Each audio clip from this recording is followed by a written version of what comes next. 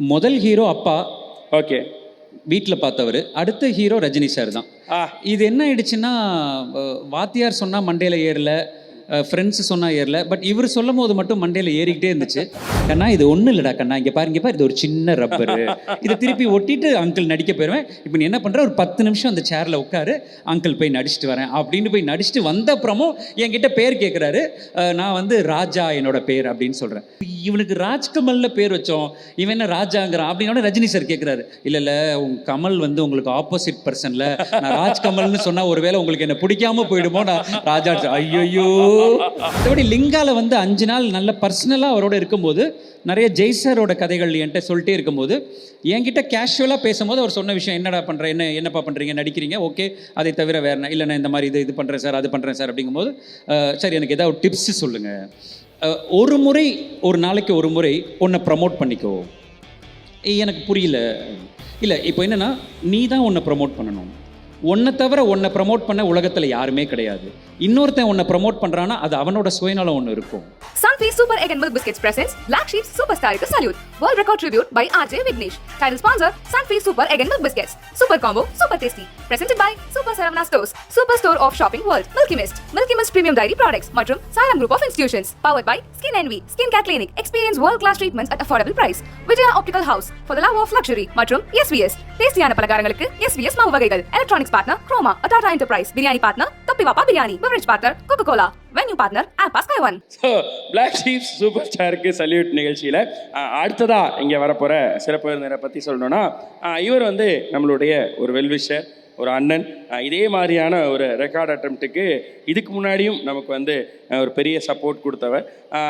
இவர் ஒரு சின்னத்திரை வெள்ளித்திரைன்னு எல்லா இடங்கள்லையும் தன்னுடைய அழுத்தமான பதிவை மேற்கொண்டிருக்கக்கூடிய ஒரு ஆர்டிஸ்ட்டும் கூட. ஸோ இன்றைக்கி அன்பு அண்ணனா நம்மளை வாழ்த்துறதுக்கும் அண்ட் சூப்பர் ஸ்டாருடனான அவருடைய எல்லா மெமரிஸையும் நம்ம கூட ஷேர் பண்ணுறதுக்கும் வந்திருக்கக்கூடிய ராஜ்கமல் அண்ணன் அவர்களை மேடை கலைப்பதற்கான தருணம் இது.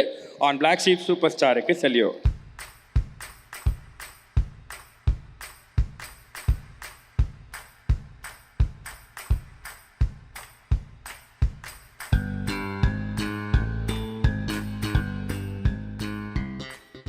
அண்ணே வணக்கம்ண்ணே. வணக்கம். வணக்கம். Yes. So black sheep super ஸ்டாருக்கு சல்யூட்.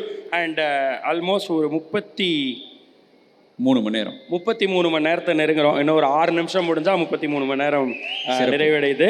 அண்ட் இந்த நேரத்தில், ஏன்னா இப்போ வந்திருக்க எல்லா கெஸ்ட்டுக்குமே நான் ஸ்பெஷல் தேங்க்ஸ் சொல்லணும். ஏன்னா இந்த நேரத்தில் வர்றது இருக்குல்ல, பகலில் வர்றது வேறு, பட் இந்த நேரத்தில் உங்களோட டைம் ஒதுக்கி வந்து சப்போர்ட் பண்ணணும் அப்படின்னு நினச்சதுக்கு ரொம்ப நன்றிண்ணே. சூப்பர்ண்ணே. ஸோ உங்களுக்கும் சூப்பர் ஸ்டாருக்குமான அந்த அதுக்கு முன்னாடி நான் வந்து 3 கருப்பாடுகளுக்கு நான் வாழ்த்து சொல்லணும். முதல் கருப்பாடு வந்து பிளாக் ஷிப் கம்பெனி இவ்வளோ பெரிய முயற்சி எடுத்ததுக்கு எல்லார் சார்பியும் ஒரு மிகப்பெரிய வாழ்த்துக்கள். அடுத்த கருப்பாடு வந்து எங்கள் ஊர்லேருந்து வந்திருக்க விக்னேஷ். அதாவது ஏதாவது பேசணும், எனக்கு ஒருத்தரை பற்றி ரொம்ப பிடிக்கும், அவரை பற்றி நான் எவ்வளோ நேரம் வேணாலும் பேசுவேன்னு சொல்கிறது ஒரு சும்மா ஒரு முகஸ்துதிக்கு சொல்லலாம். ஆனால் பிடிச்ச ஒரு மனுஷனை பற்றி 50 மணி நேரம் பேசுகிற இந்த முயற்சி எடுத்தது ஒரு மிகப்பெரிய ஒட்டுமொத்த உலகத்தில் இருக்க அனைத்து ரஜினி ரசிகர்கள் சார்பாகவும் உங்களுக்கு நாங்கள் ஒரு பெரிய நன்றி சொல்லிக்கிறோம். ஏன்னா நானும் ஒரு தீவிரமான பிறந்து வளர்ந்து வாழ்ந்து இறக்க போகிற ரஜினி ரசிகன். ஸோ அதனால் அது பெருசாக நான் சொல்லிடுறேன். இன்னொரு கருப்பாடு வந்து ரஜினி சார் தான். ஏன்னா கலராக இருக்கிறவங்க மட்டும்தான் சினிமாவில் நடிக்க முடியுங்கும் போது ஒரு கருப்பு ஆடா, அதாவது ஒரு பிளாக் ஷீப்பாக சினிமாவில் நுழைஞ்சு இன்னைக்கு வரைக்கும் பிளாக் ஷீப்பில் 50 மணி நேரம் ஒருத்தரை பேச வச்சிருக்க ஒரே நடிகர் வந்து ரஜினி சார் மட்டும்தான். ஸோ இந்த 3 கருப்பாடுகளுக்கும் முதல்ல நான் ஒரு நன்றி சொல்லிட்டு அதுக்கப்புறம் நீங்கள் ஏதோ கேட்டிங்கன்னா போயிடலாம். அழகாக கொண்டு வந்திருக்கீங்களே. இல்லை இங்கே வந்தோடனே தோணுச்சு, ஓப்பனிங் ஸ்கிரிப்டே அட்டகாசமா, நீங்களும் கருப்பாக இருக்கீங்க, உங்கள் கம்பெனி பேரும் கருப்பாக வச்சுருக்கீங்க, நீங்கள் பேசுகிற ஒரு ஏன்னா சினிமானாலே கலராக தான் இருக்கணும் அப்படிங்கிற ஒரு பீரியட்லாம் இருந்துச்சு. ஏன்னா நான் நடிகர் ஜெய்சங்கர் வீட்டிலேருந்து வந்தவன். அவர் எனக்கு சொல்லிக் கொடுத்த சினிமாலாம் பார்த்துட்டு இருக்கும்போது செவப்பாக இருந்தால் தான் சினிமா அப்படின்னு ஒரு கட்டம் இருக்கும்போது கண்ணங்கரேன்னு ஒரு ஆளை வந்து கேபி சார் நிறுத்தி அவரை பார்த்து கருப்பாக இருக்கவங்களும் வரலாம் அப்படிங்கிறத ஒரு ட்ரெண்டை கிரியேட் பண்ண ஒரு மனிதரை பற்றி இன்றைக்கி 50 மணி நேரம் பேசிகிட்டு இருக்கீங்க. அது வந்து அவர் வானத்தையே தொடணுங்கிறதுக்காக ஸ்கை வாக்கில் வச்சு பேசிகிட்டு இருக்கீங்கும் போது இது ரொம்ப பெரிய விஷயம். ஸோ அதனால் ஒரு மிகப்பெரிய ஒரு வாழ்த்துக்கள்.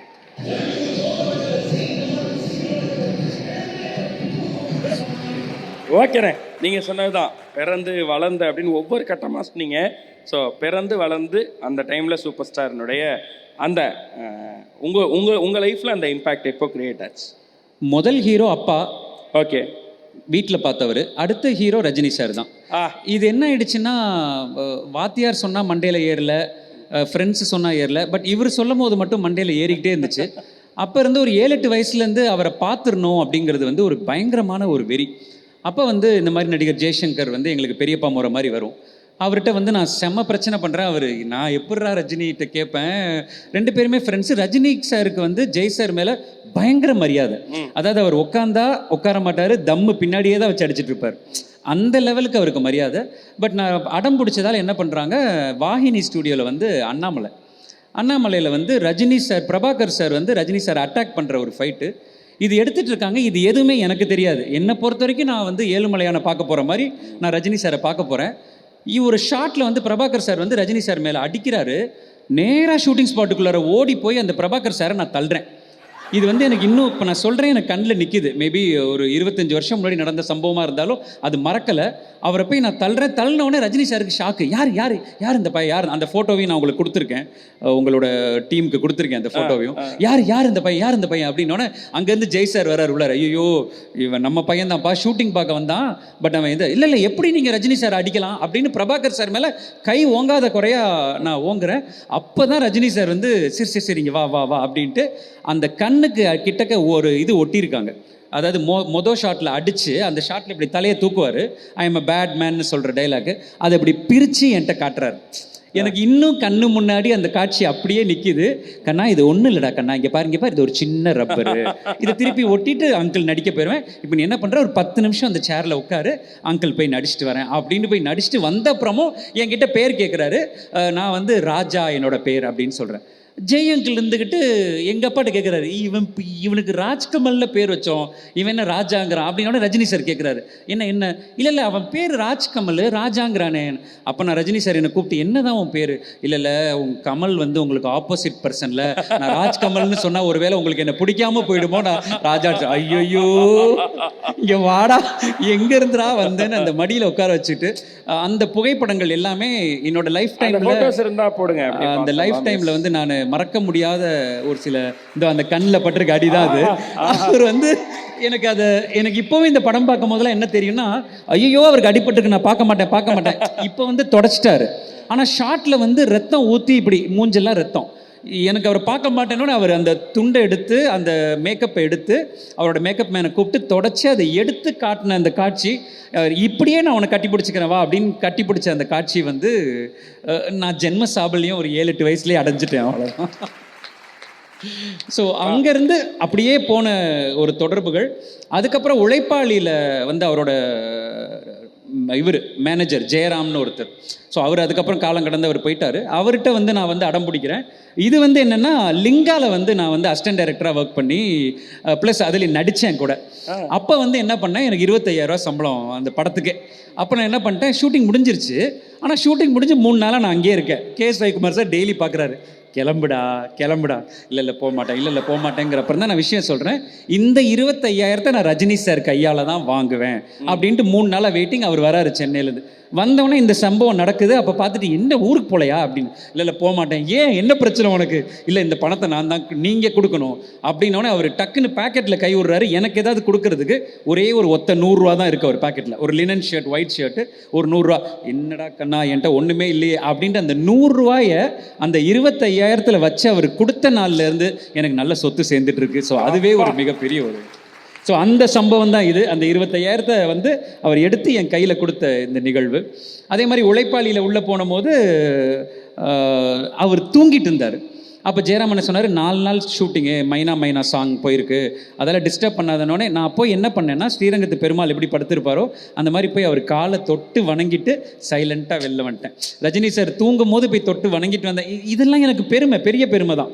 ஸோ அந்த மாதிரி ஒரு நிகழ்வு. அண்ட் இது வந்து அடுத்த நாள் ஷூட்டிங்க்கு போய் முதல் நாள் வந்து நாங்கள் இருக்கிற ஒரு ஃபோட்டோ ஒன்று, இன்னொரு ஃபோட்டோ ஒன்று இருக்கும். அதில் வந்து கையில் ஃபோட்டோ வச்சுருப்பேன். அந்த ஃபோட்டோவை காட்டும் போது என்ன சொன்னார், அதில் ஃபுல்லாக முடி இருந்துச்சு, அந்த அண்ணாமலை சம்பவம். அப்போ நல்ல முடிடா, இப்போ பார் ஃப்ரீயாகிடுச்சு ஒன்றும் இல்லை அப்படின்னாரு. அப்போ எடுத்த ஒரு நிகழ்வு. இதெல்லாம் இவரோட ட்ராவல் பண்ண கிடைச்ச ஒரு மிகப்பெரிய பாக்கியமாக ஒரு மேடை கிடச்சிருச்சுன்னொடனே நல்ல வேளை நான் சொல்கிறது எத்தனை பேர் நம்புவாங்கன்னு தெரியல, ஃபோட்டோலாம் இருக்கிறதால இப்போ நம்புவாங்க. அதனால் இந்த மாதிரி இது வந்து என்னென்னா அப்பாவும் அவரும் ரொம்ப காலத்து நண்பர்கள். திருச்சியில் நிறைய விஷயங்கள் வந்து அவருக்கு திருச்சியில் பழக்கங்கள் உண்டு ரஜினி சாருக்கு. அதில் வந்து ஜெய் சாரை காண்டாக்ட் பண்ணணும்னு நினைக்கும் போதெல்லாம் அப்பா எடுத்த ஃபோட்டோ. இந்த ஃபோட்டோவில் என்ன ரொம்ப ஸ்பெஷாலிட்டினா, இந்த ஃபோட்டோவை கிளிக் பண்ணுறது director KS Ravikumar sir. So Lingaa படம் முடிச்சுட்டு வெளில வரும்போது எல்லாரும் நிற்கிறோம், யார் ஃபோட்டோ எடுக்கணும்னு தெரில. நான் கொஞ்சம் சுமாராக ஃபோட்டோ எடுப்பேன், எனக்கு கொஞ்சம் கேமரா தெரியா அப்படின்னு சொல்லி அவர் எடுத்த ஒரு ஃபோட்டோ இது. ஸோ அப்பாவும் அவரும் அந்த நிகழ்வுகள் சொன்னால் நம்ம நெக்ஸ்ட் நீங்கள் 100 hours பண்ணுவீங்கல்ல, அப்போ நம்ம அதை பற்றி சொல்லலாம். அவ்வளோ விஷயங்கள் இருக்குது. ஏன்னா ஜெய் சாரை ஒரு முறை பார்க்கணும் அப்படிங்கிறதுக்காக ரஜினி சார் பண்ண முயற்சிகள் எல்லாமே அப்பாட்ட இன்ட்ரெஸ்டிங்காக இருக்கும். இதில் என்ன இதெல்லாம் பெரிய விஷயம்னா, ஜெய் சார் இறந்துட்டாரு, அவரோட இரங்கல் கூட்டத்தில் இந்த விஷயத்த ரஜினி சார் சொல்கிறார். நான் வந்து ஜெய் சாரை பார்க்கணுங்கும் போது திருச்சி கணேஷ் தான் வந்து என்னை கூட்டிப்பேன். எவனும் சொல்ல மாட்டேன், எவனும் சொல்லுவேன். ஏன்னா அவர் எங்கேயோ போயிட்டாரு. திருச்சி கணேஷுங்கிறது சிம்பிளாக திருச்சியில் ஒரு சின்ன ஆள். அதை அந்த மேடையில் வந்து ரஜினி சார் பதிவு பண்ணி திருச்சி கணேஷ் தான் என்னை வந்து ஜெய் சார்கிட்ட கூட்டிகிட்டு போனார், ஸோ அதெல்லாம் நான் மறக்க மாட்டேன் அப்படின்னு சொன்ன அந்த நிகழ்வுகள். ஸோ இத்தனை நிகழ்வுகள் அவரோட எனக்கு கிடச்சதே வந்து இந்த மேடையில் நானும் இருக்கலாம் அப்படிங்கிறதுக்கு எனக்கு ஒரு சின்ன ஒரு அருகதை இருக்குது அப்படின்னு நான் நினச்சிக்கிறேன். அப்படி சொல்லிட்டீங்க. நீங்கள் கொடுத்த ஓப்பனிங்கே அது உண்டு. அதுக்கப்புறம் நீங்கள் சொன்ன விஷயங்கள், நீங்கள் வந்து ரசிகர் வெறியர் அதெல்லாம் தாண்டி பக்தனாக இருந்திருக்கீங்க. இருக்கேன். அவர் வந்து தூங்குறப்ப நான் போய் காலை தொட்டு கும்பிட்டு வந்தேன் அப்படிங்கிறதெல்லாம் எவ்வளோ பெரிய விஷயம். அண்ட் தொடர்ந்து அவரை சந்திக்கிறதுக்கான வாய்ப்பு உங்களுக்கு இத்தனை முறை கிடைச்சிருக்கு அப்படிங்கிறதுமே அந்த 6ஆம் நாள் தான். ஸோ அந்த ஒரு இப்போ தம்பிராமையா சார் அண்ட் அர்ஜுன் சாரோட அவங்களோட வெட்டிங்கில் வந்து இவர் உள்ளே வரும்போது கரெக்டாக நான் இப்படி கிட்டக்க போகும்போது அப்படின்ட்டு போனார். அவ்வளோதான். அங்கே நின்று பேசலாம் முடியாது, ஏன்னா அவர் வராரு, பின்னாடி லட்சம் பேர் வராங்க. அவர் மனசில் நம்ம இருப்போமோ, நான் அப்படி போய் இப்படி பார்க்கும்போது அப்படின்ட்டு போனார். அந்த ஷாட்டையும் நான் அப்புறம் கொடுக்குறேன். அப்படி பண்ணிட்டு போகிற ஷாட்டையும் நான் எடுத்து வச்சேன். ஏன்னா இவர் வந்துட்டாருனாலே நான் ஒரு 2 பேரை செட் பண்ணிடுவேன் கேமரா. ஏன்னா எப்போ பார்ப்பாரு, எப்போ திரும்புவார், எப்போ பார்த்தாலும் அது தெய்வ பார்வை. அதை நம்ம பிடிச்சி வச்சுக்கணும். நாளைக்கு என் பிள்ளைங்கிட்டே நான் பெருமையாக சொல்லுவேன், ஏய் ரஜினி சார் என் தலையை தொட்டுட்டு போயிருக்காரா அப்படிங்கிறதுக்காக. இப்போ கடந்த ஒரு 2 months முன்னாடி நடந்த கல்யாணம் அது. அப்போ வரைக்கும் அவரோட மனசில் நான் இருக்கேன் அப்படிங்கிறது வந்து எனக்கு உச்சக்கட்ட பெருமை அளிக்கக்கூடிய ஒரு விஷயம். நான் அதை பார்த்தேன்னு நினைக்கிறேன். வீடியோவும் நான் அதை பண்ணி போட்டேன். ஆமாம். இப்போ நீங்கள் சொல்கிற இந்த 2 கேமரா செட் பண்ணிக்கணும்னு சொன்னீங்களா, அதை இன்னைக்கு ஒருத்தர் கூட பேசணுன்னே, ஒரு கெஸ்ட் பேசும்போது ஏதோ ஒரு விஷயம் சொல்லும் போது தலைவர் அப்படி சர்ட்டுன்னு போயிடுவாரு, மின்னல் மாதிரி போயிடுவாரு, அவரை நிறுத்தவே முடியாது அப்படின்னு சொல்லி ஃபோட்டோ எடுக்கிறதுக்கு என்ன பண்ணலாம் அப்படின்னு யோசிச்சப்ப, இனி பேசாமல் சிசிடிவி, ஏன் ரிக்கின்னு நினைக்கிறேன் இல்லை, பேசாமல் நம்ம சிசிடிவி இருக்க இடத்துல தான் அவரை மீட்டே பண்ணணும். ஃபுல்லாக அதில் நமக்கு கவர் ஆயிரும். வேற எந்த கேமரா செட் பண்ணாலும் அந்த கேமராவை ஆன் பண்ணுறதுக்குள்ளே போயிடுறாரு அப்படின்னு சொன்னா, ஒன்று சிசிடிவி பண்ணும், இல்லைனா முன்னாடியே ஆன் பண்ணி 2 பக்கமும் ரெக்கார்ட் பண்ணி வச்சு. அந்த தலையை தொட்டுட்டு போனதில் என்ன அர்த்தம்னா, கண்ணா நல்லா இருக்கியா, சாப்பிட்டியா, தொழில் நல்லா பண்ணுறியா, ஹெல்த்தியாக இருந்துக்கோ, இவ்வளவும் அந்த தலையை தொட்டதில் வந்த ஒரு நிகழ்வு. மற்றபடி லிங்கால வந்து 5 நாள் நல்ல பர்சனலாக அவரோட இருக்கும்போது நிறைய ஜெய் சாரோட கதைகள் என்கிட்ட சொல்லிட்டே இருக்கும்போது என்கிட்ட கேஷுவலாக பேசும்போது அவர் சொன்ன விஷயம், என்னடா பண்ணுறேன், என்னப்பா பண்ணுறீங்க, நடிக்கிறீங்க, ஓகே, அதை தவிர வேறு இல்லை, நான் இந்த மாதிரி இது பண்ணுறேன் சார், அது பண்ணுறேன் சார் அப்படிங்கும்போது, சரி எனக்கு ஏதாவது டிப்ஸ் சொல்லுங்கள். டிப்ஸ் சொல்கிற அளவுக்கு நான் பெரியாள் இல்லைப்பா அப்படின்னாரு. நீங்களே பெரியாள் இல்லை, அப்போ பெரியாள்னு யாரை சொல்கிறது, ஏதாவது ஒன்று சொல்லியே தீரணும் அப்படின்னு. சரிக்கா, நான் என்ன பண்ணு, ஒரு நாளைக்கு ஒரு முறை உன்னை ப்ரமோட் பண்ணிக்கோ. எனக்கு புரியல. இல்லை, இப்போ என்னென்னா, நீ தான் உன்னை ப்ரமோட் பண்ணணும். உன்னை தவிர உன்னை ப்ரமோட் பண்ண உலகத்தில் யாருமே கிடையாது. இன்னொருத்தன் உன்னை ப்ரமோட் பண்ணுறான்னா அது அவனோட சுயநலம் ஒன்று இருக்கும். உன்னை ஒருத்தன் வாழ்த்தி பேசுகிறானாலே அங்கே ஒரு சின்ன சுயநலம் இருக்கும். ஒரு முறை உன்னை பண்ணிக்கோ அப்படின்னாரு. எனக்கு அப்போ அது சரியாக புரியல. உனக்கு இது பின்னாடி புரியும்னாரு. அன்னையிலேருந்து தான் நான் சோஷியல் மீடியாங்கிற ஒரு ஏரியாக்குள்ளார வந்தேன். தினைக்கும் ஒரு ரீல்ஸ் போடலன்னு எனக்கு தூக்கமே வராது. அதுக்கு காரணம் ரஜினி சார் தான். நான் போடுவேன், என் கூட யாராவது 2 நிமிஷம் பேசினாலும் போதும், வாயேன் ஒரு ரீல் பண்ணலாம். அது என்ன காரணம்னா, அதுதான் இன்னைக்கு என்னை பல விதங்களில் காப்பாற்றிட்டு இருக்கு, நடிப்பு ரீதியாகவும் பொருளாதார ரீதியாகவும். ஸோ அவர் சொன்னது வந்து அவ்வளோ பெரிய ஒரு வார்த்தை. அப்போ அதோட அர்த்தம் தெரியல. நம்ம தான் நம்மளை ப்ரமோட் பண்ணிக்கணும், ஏதாவது ஒரு ஏரியாவில் நம்மளை ப்ரமோட் பண்ணிக்கணுங்கிற ஒரு மந்திரத்தை சொல்லி கொடுத்த ஒரு மகானவர். அவர் கேஷுவலாக சொல்கிற ஒரு விஷயம், ரொம்ப கேஷுவலாக 2 minutes அப்படி சொல்லிட்டு போயிட்டாரு, அவ்வளோதான்.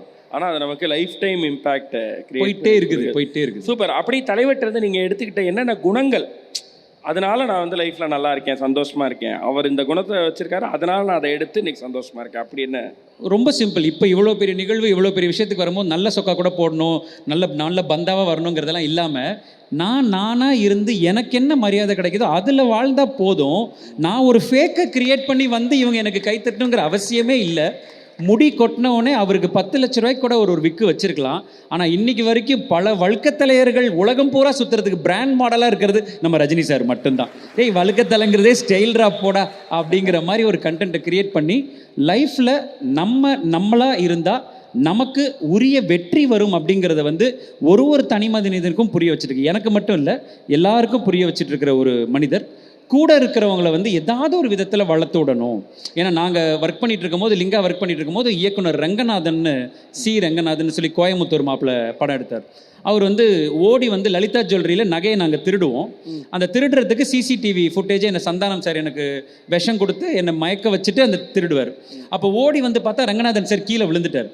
அவரை நான், ரவி மரியா சார்லாம் தூக்கும் போது ரஜினி சாரும் வந்து கை கொடுத்து தூக்கும்போது, என்ன ரங்கநாதன், அவர் வந்து ஆர் சுந்தரராஜனோட மச்சான், என்ன ரங்கநாதன் இவ்வளோ குண்டாயிட்டீங்க, என்ன பிரச்சனைனோடனே அவர் சொல்கிறார் இந்த மாதிரி இந்த ஃபேட்டு அந்த ஃபேட்டுன்னொன்னே ஸ்பாட்டில் என்ன பண்ணார், டக்குன்னு திரும்பி ஒரு 1 lakh வந்து அவருக்கு கொடுக்குறாரு. கொடுத்துட்டு அந்த பேரியாட்ரிக் சர்ஜரி சொன்னீங்கல்ல, அது நீங்கள் பண்ணிக்கங்கன்னொன்னே அடுத்த செகண்ட் கேஎஸ் ரவிக்குமார் சார் ஒரு அமௌண்ட்டு, அனுஷ்கா ஒரு அமௌண்ட்டு, எல்லாம் ஒரு 3-4 பேர் ஒரு அமௌண்ட்டு, அங்கேயே சர்ஜரிக்கான அமௌண்ட்டு முடியுது. அதை ஆரம்பித்து வச்ச ஆள் ரஜினிகாந்த் சார். அதை முடிச்சுட்டு சாயந்தரம் 6 மணிக்கு மறுபடியும் ரங்கநாதன் சாரை கூப்பிட்டு, இந்த கோயம்புத்தூரில் ஒரு ஹாஸ்பிட்டல் இருக்கான், நல்ல ஹாஸ்பிட்டல், நீங்கள் அங்கே இதை ட்ரை பண்ணுங்கள், நான் இப்போ தான் என் ஃப்ரெண்டுகிட்ட விசாரித்தேன் உங்களுக்காக. அந்த பணம் கொடுத்தது கூட பெருசு இல்லை, தன்னோட நண்பர்கிட்ட இப்படி ஒரு நண்பர் குண்டாயிட்டாரு, அவருக்கு குண்டா இருக்கிறதால ஒரு ஷாட்டில் விழுந்து எந்திரிக்கவே முடியல, அவருக்கு எதாவது பண்ணி கொடுன்னு பேசி விசாரித்து கேட்டு சொன்னார் பார்த்தீங்களா, அது வந்து மிக மிக பெரிய விஷயம். ஸோ இந்த மாதிரி ஒரு புக்கே எழுதலாம். நீங்கள் எப்படி 50 மணி நேரம் பேசுகிறீங்களோ தொடர்ந்து எழுத முடியாது எங்களால். உங்களால் கொஞ்சம் விட்டு எழுதுறதுக்கு நிறைய விஷயங்கள் இருக்குது. இன்னும் நிறைய விஷயங்கள் கற்றுக்கிட்டே இருக்கேன். அம்மாங்கிற கேரக்டர் லைஃப்பில் எவ்வளோ முக்கியம் அப்படிங்கிறத வந்து பல விதமாக ரஜினி சார்கிட்ட வந்து, ஏன்னா ஒரு பீரியடில் அம்மானா வெறும் சமைக்கிறதுக்கு மட்டும்தான், நம்ம துணி துவைக்க மட்டும்தான் நினச்சிட்டு இருந்தவங்க மத்தியில் சிவகாமியும் அவங்க தான், மகமாயியும் அவங்க தான், நம்மளுக்கு புரிய வச்ச ஒரு மாமனிதராக நான் ரஜினி சார் வந்து பார்க்குறேன். கண்டிப்பாக வேறு லெவல்னு. அண்ட் நீங்கள் உங்கள் லைஃப்பில் 3 படங்கள் ஆஃப் சூப்பர் ஸ்டாரை வந்து பாதுகாத்து வச்சுக்கணும், என் டைம்ஸ் கூட பார்ப்பேன் அப்படின்னா என்னென்ன படங்கள்? கண்டிப்பாக முதல் படம் வந்து 6லிருந்து 60 வரை அப்படின்னு தான். ஏன்னா நிறைய சொந்தங்களோட இருக்கிற ஆள் நான். எப்போவுமே எப்போ நீங்கள் என்னை பார்த்தீங்கன்னாலும் அப்படி ஒரு எங்கள் வீட்டில் எல்லா நாளும் கார்த்திகைன்னு இருப்பேன். பட் அதுவே கூட நம்மளுக்கு ஒரு கட்டத்தில் நிரந்தரம் இல்லை, அதுக்கும் நம்ம தயாராகிக்கணும்டா. எவ்வளோ தான் சொந்தங்களோட ட்ராவல் பண்ணிட்டு இருந்தாலும் ஒரு பீரியடில் அதுவும் நம்மளை விட்டு போக வேண்டிய ஒரு சுச்சுவேஷன் வரும் அப்படிங்கிறது எனக்கு ரொம்ப அழுத்தி புரிய வச்சது. ப்ளஸ் நிறைய பண கஷ்டங்களை பார்த்த ஒரு ஆள் நான். அந்த பண கஷ்டங்கள் பார்க்கும் போதெல்லாம் இதுவும் கடந்து போகும் அப்படிங்கிறத ரொம்ப அழகாக சொல்லி கொடுத்த படம் வந்து 6லிருந்து 60 வரை. ஸோ அந்த படம் வந்து என்னன்னாலும் மறக்காது. செகண்ட் வந்து பேட்டையில் வந்து செகண்ட் ஹாஃபில் ஒரு லுக்கில் வருவார். அதாவது கதவை மூடுறா இவனை இன்னைக்கு தூக்குறோம் அப்படின்னு சொல்லி அந்த தைரியம், அதாவது எந்த பிரச்சனையாக இருந்தாலும் அதை இன்ஸ்டண்ட்டாக ஃபேஸ் பண்ணுங்கிற தைரியம் வந்து எனக்கு நிறைய வந்தது வந்து ரஜினி சார்ட்ட தான். மேபி அவர் சினிமாவில் தான் பண்ணுறாரு, பட் சினிமாவையும் மீறி நம்ம மனசில் வந்த அந்த ஒரு கேரக்டரைசேஷன் வந்து ரொம்ப ஸ்ட்ராங்கான ஒரு கேரக்டரைசேஷன். அடுத்தபடியாக ஒன்றுமே இல்லாத ஒரு படத்தில் கூட தன்னை வந்து அழகாக ஸ்டைலிஷாக ட்ராவல் பண்ண முடியுங்கிறது நாட்டுக்கு ஒரு நல்லவன் அப்படிங்கிற படம். இந்த நாட்டுக்கு ஒரு நல்லவனை யாருமே கண்டிப்பாக சொல்லியிருக்க மாட்டாங்க, ஏன்னா அது ஒரு தோல்வி படம் அப்படிங்கிற மாதிரி நினைப்பாங்க. பட் அப்படி கிடையவே கிடையாது. ரவிச்சந்திரன் என்ன டைரக்ட் பண்ணாரோ அதை தான் சூப்பர் ஸ்டார் நடித்தார். ஆனால் அந்த படத்துலையும் பார்த்தீங்கன்னா ஃப்ரேம் டு ஃப்ரேம் வந்து ஒன்றுமே இல்லாத விஷயத்தை எப்படி சீனாக காட்டுறது அப்படிங்கிறத நான் இன்னைக்கு வரைக்கும் ஒரு ஒன்றும் இல்லாத ஆளாக இருந்தாலும் சீனாக சுற்றிட்டு இருக்கிறதுக்கு ரஜினி சார் வந்து ஒரு பெரிய காரணம். சூப்பர். ஸோ இந்த 3 படங்கள் தான் சிறப்பனே. இது வந்து தலைவருடைய இந்த 49 வருஷ திரைப்பயணம் அடுத்து இப்போ 50வது வருஷத்துக்குள்ளே அடி எடுத்து வச்சிருக்காரு. இந்த 50 வருஷத்தில் ஒட்டு மொத்தமாக அவருடைய இந்த சக்ஸஸ்க்கு ஒரு சீக்ரெட் இருக்கும் அப்படின்னா, secret of is success, SVS secret of is success என்னவா இருக்கும்னு நினைக்கிறீங்க? கண்டிப்பாக தொழில் பக்தி அப்படின்னு மட்டும்தான் நான் நினைக்கிறேன். என்னென்னா மறுபடியும் லிங்கா தான். ஏன்னா அந்த நாட்கள் நெருக்கமாக இருந்து அந்த நகையை திருடினோன்னே எல்லாரும் ஓடிடுவோம். ஓடினோடனே ரஜினி சாரும் அனுஷ்காவும் அங்கேருந்து ஒரு மறைஞ்சிட்டு ஒரு ரூம்குள்ளார போய் ஒளியணும். இது ஷார்ட். இந்த ஷார்ட் வச்சுட்டு ஓடுற ஷார்ட் எடுத்தோடனே கட் சொல்லிட்டார் கேஎஸ் ரவிக்குமார் சார். கட் பண்ணி இது மாதிரி தான் ஒரு ஹாலு. அந்த ஹாலில் பார்த்தீங்கன்னா எல்லாரும் போய் ரூமில் உட்காந்துட்டாங்க. ஜூனியர் ஆர்டிஸ்ட் முதற்கொண்டு அப்படி கால் மேலே கால் போட்டு உட்காந்துட்டாங்க. ஆனால் ரஜினி சார் மட்டும் இப்படி கால் மேலே இப்படி 2 கால் வச்சுட்டு அங்கே நிற்கிறார். அந்த கேமராக்கு நடு ஹாலில் நின்றுட்டு இருக்காரு, இப்படி இப்படி கை வச்சுட்டு நின்றுட்டு இருக்காரு. நான், கருணாஸ், பாலாஜி எல்லாம், ரவி மரியா சார்லாம் ஓரமாக போயிட்டு இவருக்கு மட்டும் கட் சொன்னது காதில் விழுவுலையோ அப்படின்னு. நான் பாலாஜி தெரில மாப்பிள்ள ஏன் நிற்கிறாருன்னு தெரில. அப்புறம் கிட்டக்க போயிட்டு நான் போயிட்டு எல்லாம் ஜாலியாக இருக்கும்போது கேட்டேன், கேஎஸ் ரவிக்குமார் சார் அந்த ஷாட்டை ஓகே சொல்லலையேப்பா, ஓகே சொன்னால் தானே அங்கேருந்து நம்ம வந்து உட்காரணும், ஓகே சொல்கிறதுக்கு முன்னாடி நம்ம வந்து உட்கார்றதுக்கு நம்மளுக்கு என்ன ரைட்ஸ் இருக்குது அப்படின்னாரு. செருப்பால் அடித்த மாதிரி இருந்துச்சு, செருப்பால் அடித்த மாதிரி. இன்னைக்கு வரைக்கும் அதுக்கப்புறம் நான் நடித்த எல்லா ஷாட்டும் டைரக்டர், நான் நடித்து முடித்தோன்னே டைரக்டர் அப்படி பார்ப்பேன், ஓகே ராஜ் அப்படின்னு சொன்னப்புறம் தான் நான் போய் உட்காருவேன். இது என்ன ஆயிடுச்சு, என்னை வச்சு எடுக்கிற டைரக்டர்களுக்கு இப்போ பழக்கம் ஆயிடுச்சு, இவன் போகமாட்டான் ஃப்ரேமை பார்த்துருவான் ஒரு வாட்டி. இந்த பழக்கம் வந்து, இந்த தொழில் பக்தி வந்து இத்தனை பெரிய சூப்பர் ஸ்டாராக வந்தப்புறம் எனக்கு தெரிஞ்சு உலகத்திலேயே இவர்கிட்ட மட்டும்தான் இருக்குது. அந்த தொழில் பக்தி தான் 73 வயசுலேயும் வேட்டையனாவும் ஓட வைக்குது, 16 வயசு பொண்ணு கூட டூயட்டும் பாட வைக்குது, இன்னும் 5 படத்துக்கு அட்வான்ஸ் வாங்க வைக்குதுன்னா அது நிச்சயமாக சொல்கிறேன் அவர் தொழில் மேலே இருக்கிற பக்தி பக்தி பக்தி மட்டும்தான். மற்றபடி உழைக்க நீங்களும் தயார், நாங்களும் தயார், அந்த லைட் வச்சுட்டு இருக்க அண்ணனும் தயார், வாசலில் இருக்க செக்யூரிட்டி அண்ணனும் தயார், இவங்க எல்லாருமே உழைக்க 24 மணி நேரம் தயார். ஆனால் எந்த அளவுக்கு அந்த தொழிலை பக்தியாக தன்னோட இந்த இடத்துல வச்சு செய்வாங்க அப்படின்னா அது ரஜினி சார் மாதிரி யாராலையும் முடியாது. பா செவனே செவனே செவனே. நீங்கள் சொன்ன எல்லா பாயிண்ட்ஸ்க்கும் அதுக்கப்புறம் நீங்கள் சொல்கிற ஜஸ்டிஃபிகேஷன்ஸ் இருக்குல்ல, அது ரொம்ப ரொம்ப ரொம்ப அதை நான் சொல்லலைன்னா இது ஐஸுக்காக சொன்ன மாதிரி ஆகும். இல்லை நான் பார்த்த விஷயத்தை நான் கண்டிப்பாக நான் சொல்லி ஆகணும்ல. டெஃபினட்டாக ஒரு சூப்பர் ஸ்டார் சூப்பர் லுக் அப்படின்னா என்ன உங்களுக்கு ரொம்ப பிடிச்சது? இது வந்து சூப்பர் சரவணா ஸ்டோர்ஸ்னுடைய சூப்பர் ஸ்டார் சூப்பர் லுக் அப்படிங்கும்போது நான் சமீபத்தில் ரொம்ப ரசித்தது வந்து பேட்டையில் வர செகண்ட் ஹாஃபில் வர அந்த க்ளீன் ஷேவ் பெரிய மீசை. அந்த மாதிரி ரஜினி சாரை வந்து யாருமே யோசிச்சதில்லை. முழுக்க முழுக்க கார்த்திக் சுப்புராஜ் சார் மாதிரி ஒரு ஃபேன் பாயால் மட்டும்தான். ஏன்னா உட்காந்து யோசிச்சிருக்காங்க பாருங்க, 175 படத்துலேயும் ஒரு லுக்கு வந்திருக்க கூடாது, கெடா மீசை. தேவர் மகன்ல கமல் சார் பண்ணிட்டார். அதே விஷயத்தை தூக்கி நம்ம தலைவன் மூஞ்சில் வச்சு அப்படி முடிய வச்சா